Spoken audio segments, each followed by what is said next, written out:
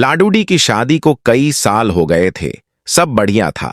छोटी बहू होते हुए भी वो बड़ी का हर फर्ज निभाती थी, क्योंकि बड़ी बहू तो आते ही अलग हो गई थी। लाडूडी के सास ससुर को हर काम के लिए लाडूडी ही लगती थी, फिर भी वो उसकी बुराई करना नहीं छोड़ते थे।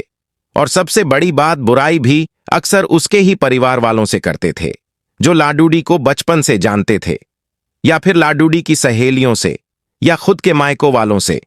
पहली बार जब शादी के बाद लाडूडी की दोस्त आई तो सासू मां ने उससे ही लाडूडी की बुराई करना शुरू कर दी। जब लाडूडी को पता लगा तो उसने अपने पति नीलेश से कह मां जी को समझवा दिया था कि कम से कम जो लोग उसे जानते हैं उनसे तो उसकी बुराई कर खुद की जगह हंसाई ना करवाए। पर उन्होंने ना सुनी, बल्कि और ये आदत ही बन गई थी।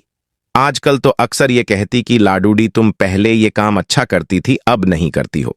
फिर भले ही वो कोई भी काम हो, लाडूडी की बुआ उसके ससुराल आई थी। तब सासू मां की किटी पार्टी भी थी। वो बुआ को भी साथ ले गई और आदतना सबके सामने ही लाडूडी की बुराई करने लगी। कहने लगी, लाडूडी पहले सब अच्छा करती थी, पर अब कोई काम ठीक से नहीं करती। ना ठीक से रोटी बनाती है, ना सब्जी, ना अच्छे से कपड़े पहनती है, ना बच्चों का ख्याल रखती है।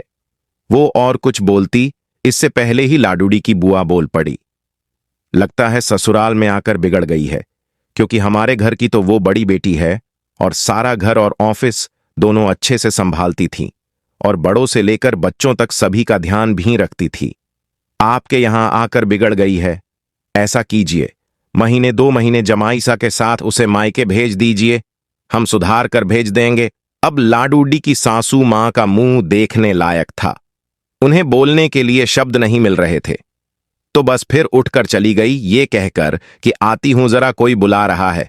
और लाडूडी की बुआ जी बस मुस्कुरा रही थीं।